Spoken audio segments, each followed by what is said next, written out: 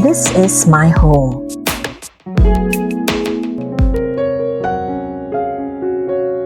This is my poetry. I may struggle and rut.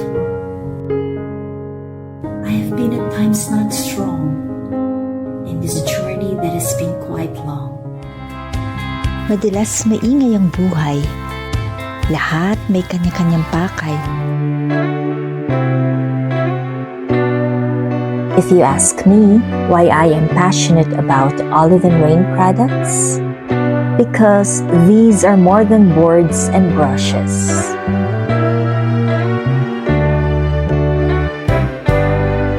Oliveandrain reflects my love for wood and words.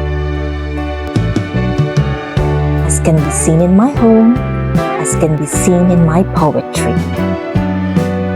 My love for lovely things and smitten feelings. My love for gifts, for people I care about, and gifts for myself. It is always good to be thoughtful.